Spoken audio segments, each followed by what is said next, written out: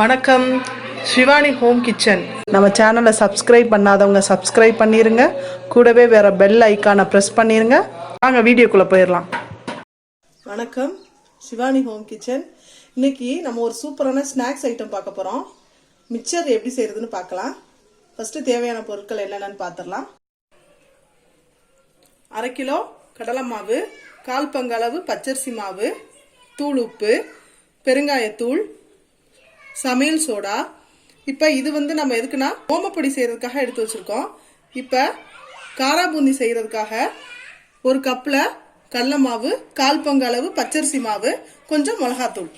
இப்போ மிக்சருக்கு பொரிச்சு போடுறதுக்காக கருவேப்பிலை, நிலக்கடலை பருப்பு, வெள்ளைப்பூடு, முந்திரி பருப்பு, பொட்டுக்கடலை, இது ஃபுல்லாக நம்ம பொரிச்சு சேர்க்கறதுக்காக எடுத்து வச்சிருக்கேன். இப்போ நம்ம எப்படி செய்யறதுன்னு பார்க்கலாம். ஃபர்ஸ்ட் நம்ம ஓமப்பொடிக்கு மாவு பிணைஞ்சுக்கலாம். இப்போ கடலை மாவை சேர்த்துக்கிறேன், பச்சரிசி மாவு, இதுக்கு தேவையான அளவு உப்பு, சமையல் சோடா கொஞ்சம், பெருங்காயத்தூள். ஃபர்ஸ்ட் தண்ணி ஊற்றாம எல்லாத்தையும் நல்லா மிக்ஸ் பண்ணிக்கலாம். நம்ம கொஞ்சம் கொஞ்சமாக தண்ணி ஊற்றி சப்பாத்தி மாவு பிணைகிற மாதிரி பிணைஞ்சுக்கலாம். சப்பாத்தி மாவு பதத்துக்கு நம்ம பிசைஞ்சு எடுத்தாச்சு. இப்போ நம்ம கொஞ்சமாக என்ன சேர்த்துக்கலாம்னா சூடாக இருக்கிற எண்ணெய் இதோட சேர்த்து பிசைஞ்சுக்கலாம். சூடாக இருக்க எண்ணெயை போட்டு பிசைஞ்சிங்கன்னா கொஞ்சம் மிக்சர் நல்லா முறுமுறுப்பாக இருக்கும். நமக்கு மாவு ரெடி ஆயிடுச்சு.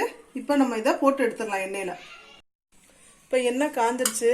இப்போ நம்ம ஓமப்பொடி போட்டு எடுத்துக்கலாம்.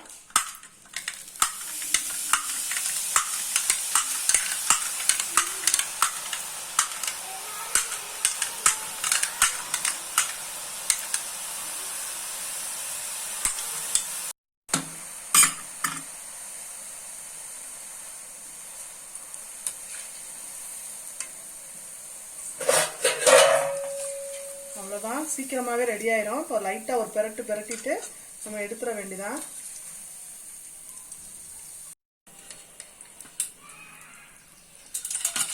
ஸோ இதே மாதிரி நான் எல்லாத்தையும் போட்டு எடுத்துக்கிறேன்.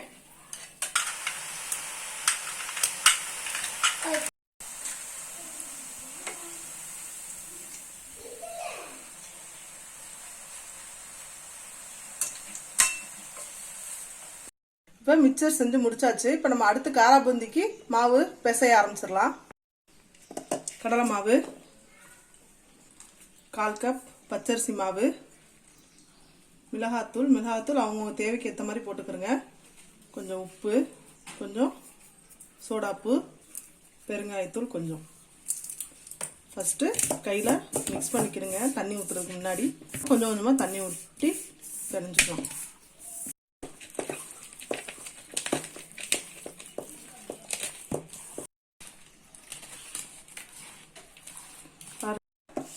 நமக்கு பூந்தி மாவு ரெடி ஆயிடுச்சு. பாருங்க, நல்லா தண்ணி இந்த பதத்துக்கு நீங்கள் ரெடி பண்ணி வச்சுக்கிறோங்க. கரண்டியில் ஊற்றுனா கீழே வடிகிற அளவுக்கு. இப்போ நம்ம பூந்தி செய்ய ஆரம்பிச்சிடலாம். இப்போ நான் இது மாதிரி ஒரு ஓட்டை தட்டு எடுத்து அதில் இப்படி ஊற்றிக்கிறேன்.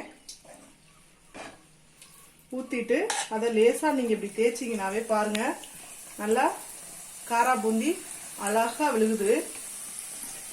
நீங்களும் இதே மாதிரி ட்ரை பண்ணி பார்க்கலாம். சூப்பராக விழுகுது பாருங்க.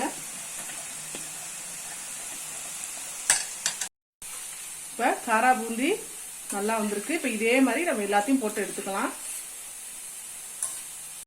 காரா பூந்தி ரெடி ஆயிடுச்சு. இப்போ இனி அடுத்து மற்றது ஃபுல்லாக வறுத்து போட்டுக்கலாம். இப்போ முந்திரியை வறுத்துக்கலாம்.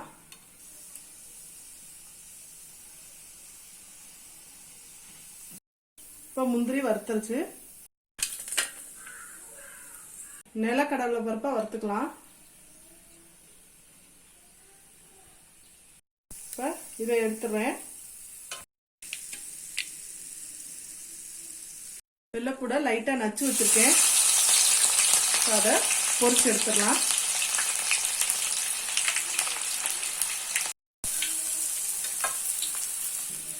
எடுத்துடலாம்.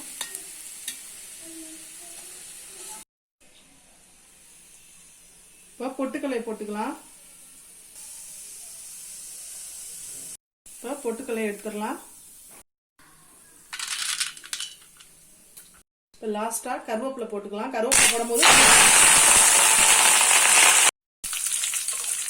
கருவேப்பிலை போடும்போது கொஞ்சம் தள்ளி நின்றுக்குருங்க. அடுப்பை ஆஃப் பண்ணிட்டு போட்டுக்கலாம், இல்லைன்னா மேலே தெரிச்சிடும்.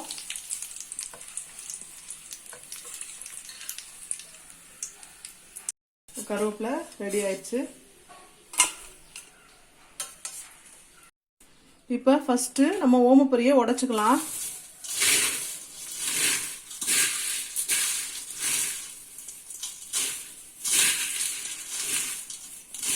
நல்லா உடைச்சாச்சு. இதோட காரா பூந்தியை சேர்த்துக்கிறேன், நிலக்கடலையை சேர்த்துக்கிறேன், கருவேப்பிலை, வெள்ளைப்பூடு, முந்திரி, பொட்டுக்கடலை. இப்போ இதோட கொஞ்சமாக மிளகாத்தூள் சேர்த்துக்கலாம். அவங்கவுங்க காரத்துக்கு ஏற்ற மாதிரி சேர்த்துக்கிறேங்க. நான் கொஞ்சம் கம்மியாக தான் சேர்த்துருக்கேன். அப்புறம் கொஞ்சம் பெருங்காயத்தூள். இப்போ நம்ம நல்லா மிக்ஸ் பண்ணிக்கலாம்.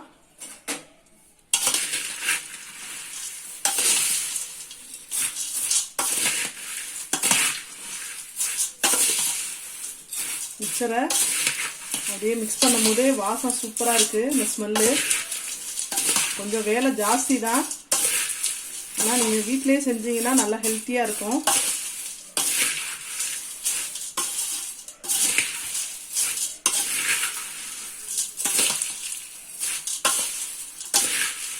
ட்ரை பண்ணி பாருங்கள். ட்ரை பண்ணி பார்த்துட்டு எங்களுக்கு உங்கள் கருத்தை எங்களுக்கு சொல்லுங்கள். மிக்சர் சூப்பராக ரெடி ஆயிடுச்சு. நீங்கள் ட்ரை பண்ணி பாருங்கள். ட்ரை பண்ணி பார்த்துட்டு எங்களுக்கு உங்களோட கமெண்ட் சொல்லுங்கள், லைக் பண்ணுங்கள், ஷேர் பண்ணுங்கள். மறக்காமல் சப்ஸ்கிரைப் பண்ணிடுங்க. கூட வர பெல் ஐக்கானை ப்ரெஸ் பண்ணிடுங்க. வாழ்க வளமுடன். நன்றி, வணக்கம்.